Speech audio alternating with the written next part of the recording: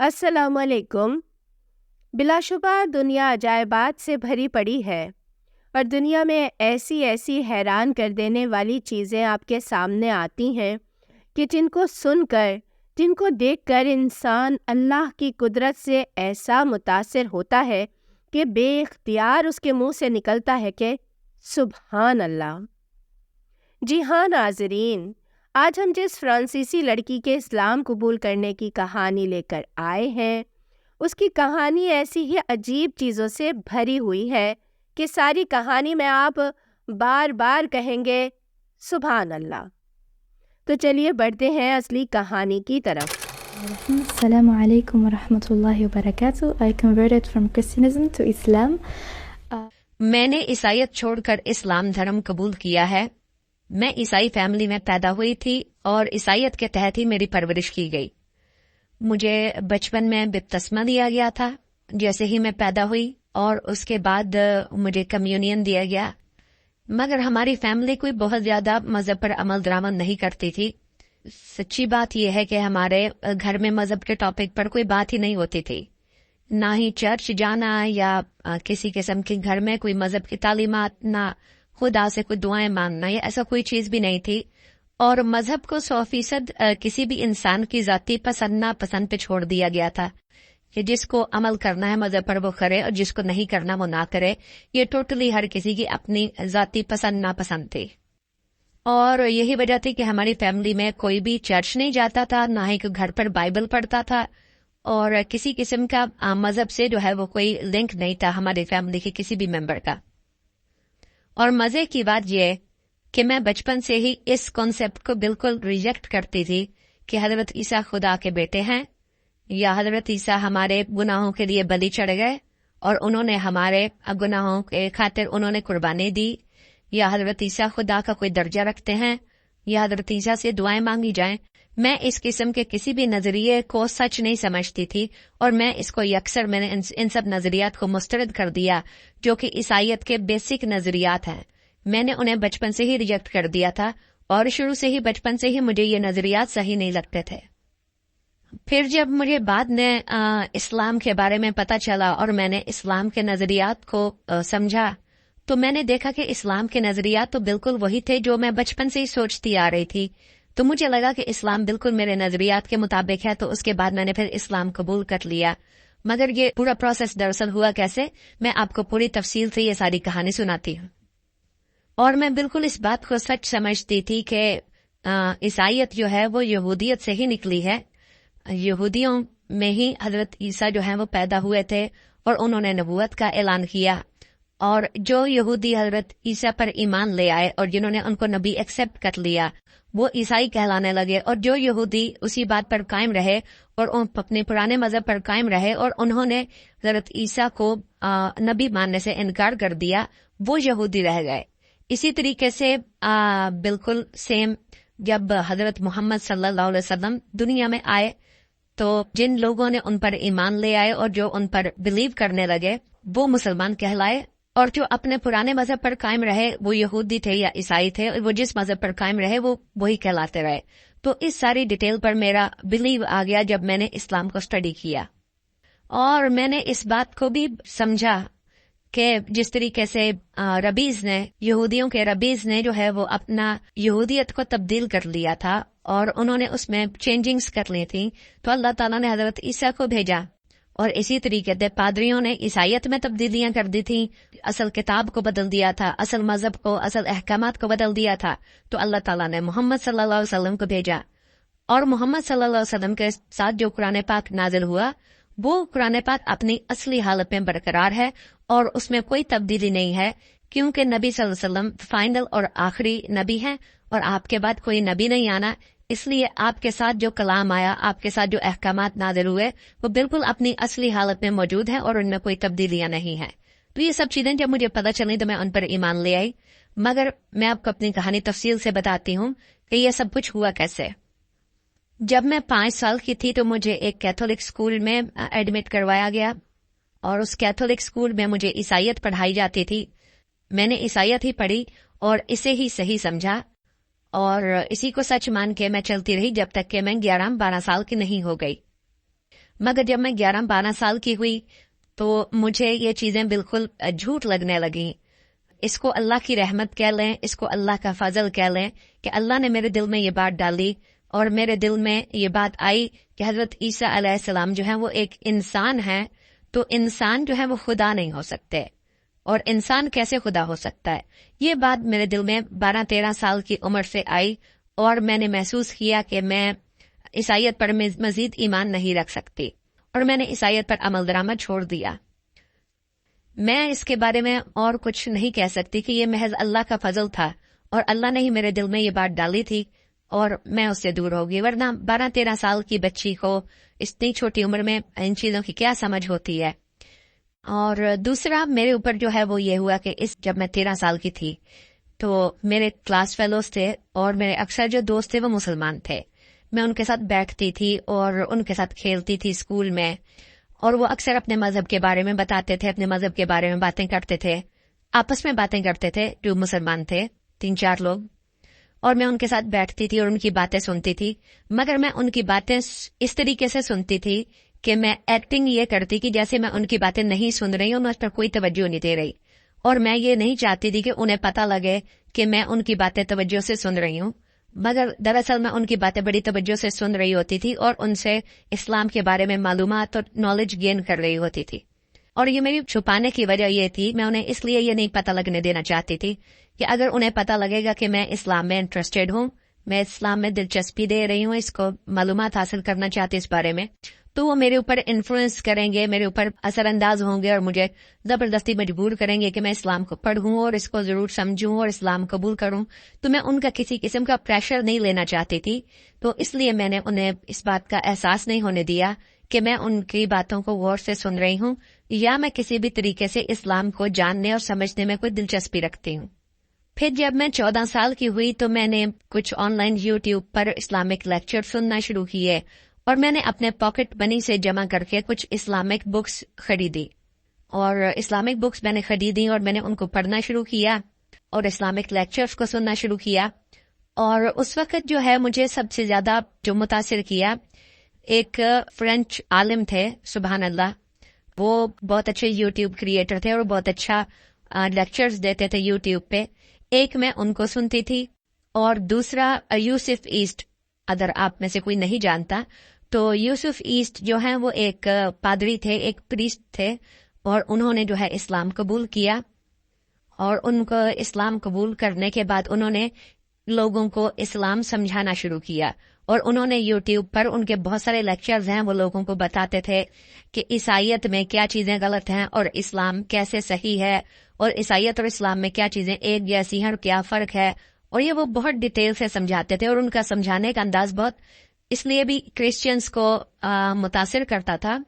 کیونکہ وہ خود ایک عیسائی پادری رہے ہیں، اور وہ جتنی زیادہ ڈیٹیل سے بائبل کو اور چرچ کی چیزوں کو جانتے ہوں گے اتنے ایک عام عیسائی نہیں جانتا. اور ایک پادری جب بتائے گا کہ چرچ میں یا بائبل میں کہاں کہاں غلطی ہے یا کیا چیز غلط ہے تو وہ ایک اثر رکھتی ہے. تو اس لیے یوسف ایسٹ جو تھے ان کے لیکچرز نے مجھے سب سے زیادہ متاثر کیا،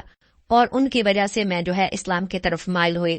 اور میں نے فیصلہ کیا کہ مجھے اسلام قبول کرنا ہے. مگر اس کے ساتھ ساتھ ایک یہ تھا کہ مجھے یہ بات بھی پتہ تھی کہ اسلام کے اندر جو ہے وہ پیرنٹس کی بہت زیادہ اہمیت ہے، والدین کا بہت زیادہ عزت اور احترام سکھایا جاتا ہے، اور میں یہ نہیں چاہتی تھی کہ میں ایسا گھر میں یکدم اعلان کر دوں کہ میں اسلام قبول کرنے جا رہی ہوں اور میرے پیرنٹس کو اس سے ہرٹ ہو. تو میں نے جو ہے اس وجہ سے اپنے گھر پہ فوراً نہیں بتایا جب میں 14 سال کی تھی. بہرحال میں نے قرآن پاک لیا انگلش ترجمے کے ساتھ اور میں نے پڑھنا شروع کیا، اور میں سب کو سجیسٹ کروں گی کہ وہ تمام لوگ جو اسلام کو اسٹڈی کر رہے ہیں کہ وہ سورہ بقرہ کو ضرور پڑھیں. ویسے تو پورا قرآن پاک ہی ایسا ہے کہ اس کو پڑھیں تو وہ آپ کے اوپر امپیکٹ ڈالتا ہے، مگر سورہ بقرہ میں کچھ چیزیں ہیں، کچھ اسلام کے جو بیسک 5 ارکان ہیں، ایمان، نماز، روزہ، ایک تو ان کی کچھ ڈیٹیل اس میں موجود ہے، اور دوسرا اس میں بہت زیادہ ڈیٹیل موجود ہے بنی اسرائیل کی، یہودیت، جیوڈائزم کی، یہودیت کی، عیسائیت کی، اور محمد صلی اللہ علیہ وسلم سے پہلے جو مذاہب تھے ان کی، اور ان میں کیسے اللہ تعالیٰ نے انہوں نے کیا غلط کیا مذہب میں جس کی وجہ سے اللہ تعالیٰ کو ایک نیا نبی بھیجنا پڑا. اور یہ کافی ساری ڈیٹیلز ہیں ایسی جو بہت زیادہ امپیکٹ ڈالتی ہیں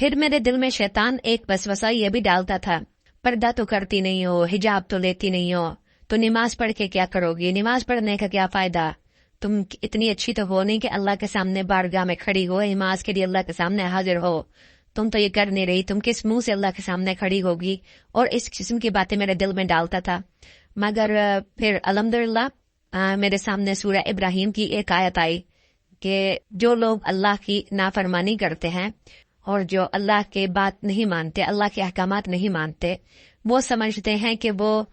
اپنی زندگی اپنی مرضی سے گزار رہے ہیں اور اپنی مرضی سے ایسا اللہ کے سامنے نہیں آ رہے، اللہ کی بارگاہ میں پیش نہیں ہو رہے۔ دراصل اللہ نے ہی انہیں اپنے سامنے کھڑا کرنے کے قابل نہیں سمجھتا، اور اللہ ہی نے ہی ان کو شیطان کے حوالے کر دیا ہے اور اللہ نے ہی سمجھتا۔ تو اس آیت کے پڑھنے سے میں بری طریقے سے کانپ گئی اور میں نے کہا کہ میں تو بہت بڑی گمراہی میں پڑی ہوئی ہوں، میں جو نماز نہیں پڑھتی تو دراصل مجھے اللہ اپنے سامنے آنے نہیں دے رہے، اور میں نے کہا کہ نہیں، میں اللہ کے سامنے پیش ہوں گی اور حاضر ہوں گی، اور میں نے جو 18 سال کی عمر تک انتظار کرنے کا جو میرے دل میں شیطان وسوسہ ڈالتا ہے کہ جب 18 سال کی ہوگی تو اس کے بعد تم نماز پڑھنا، اس کے بعد پردہ کرنا، تو میں نے کہا کہ نہیں، یہ صحیح نہیں ہے۔ تو میں نے 17 سال کی عمر سے ہی حجاب لینا شروع کر دیا اور میں نے نماز پڑھنا شروع کر دی، اور میں نے اپنی فیملی کو اور اپنے پیرنٹس کو سب کو اوپنلی اناؤنس کر دیا سب کے سامنے کہ میں نے اسلام قبول کر لیا ہے۔ تو بس یہی میرے اسلام قبول کرنے کی کہانی تھی جو میں نے یہاں آپ لوگوں کو مختصراً سنائی۔ میں اس کو بہت زیادہ طویل نہیں کرنا چاہتی، اگرچہ یہ بہت لمبی کہانی ہے، مگر یہ کہ میں اس کے سنانے کا مقصد یہ ہے کہ اگر آپ کے بھی دل میں شیطان یہ وسوسے ڈال رہا ہے کہ آپ تو بہت گناہ گار ہیں، آپ تو باہر اتنے گناہ کرتے ہیں، تو اللہ کے سامنے جانواز پہ کیسے کھڑے ہوں گے، یا آپ اسلام قبول کرنا چاہتے ہیں اور آپ کے دل میں یہ ہے کہ آپ کے پیرنٹس آپ سے ناراض ہوں گے، تو کوئی بھی ایسی سچویشن کسی بھی انسان کی جو میری سچویشن سے میچ کرتی ہو تو سکتا ہے کہ میری کہانی اس کے لیے رہنمائی کا سبب بنے اور وہ میری کہانی سے کوئی رہنمائی حاصل کرے۔ یہی میرا مقصد تھا آج کہانی اپنی بیان کرنے کا۔ اللہ تعالیٰ آپ سب کی مدد کرے اور آپ کا حامی و ناصر ہو۔ السلام علیکم۔ ہاں جی ناظرین، کیسی لگی آپ کو آج کی کہانی؟ کمنٹ کر کے ضرور بتائیے گا، اور مجھے اجازت دیجیے۔ اللہ نگہبان۔